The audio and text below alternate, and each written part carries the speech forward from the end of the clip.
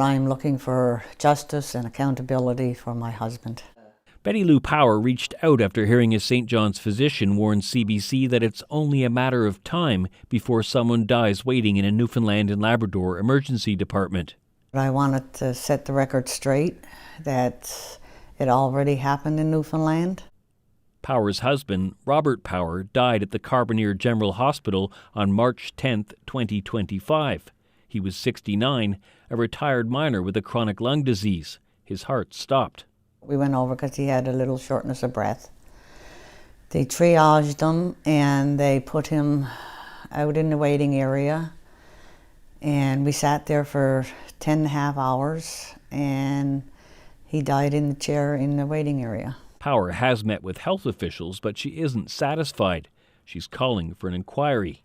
I'd like for the Newfoundland Health Services to know that my husband what happened to him was not a mistake. It was pure negligence. It's incredibly sad. It's really gut-wrenching. The Newfoundland and Labrador Liberals were in government when Power died. Cartwright Lanceau Clare MHA Lisa Dempster was in cabinet at that time. She's now the opposition health critic. It is not acceptable when a patient goes to a hospital in their time of greatest need and when they're at their most vulnerable. That care needs to be there. Dempster said patients can call for a patient safety review that may lead to improvements in the healthcare system, but she stopped short of calling for an inquiry into Power's death.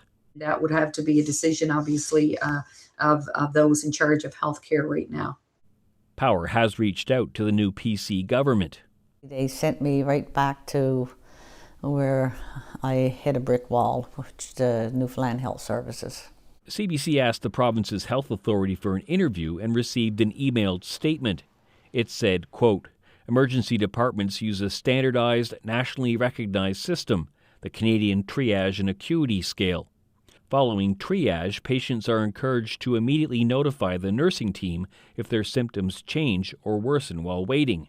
They may be reassessed and prioritized again."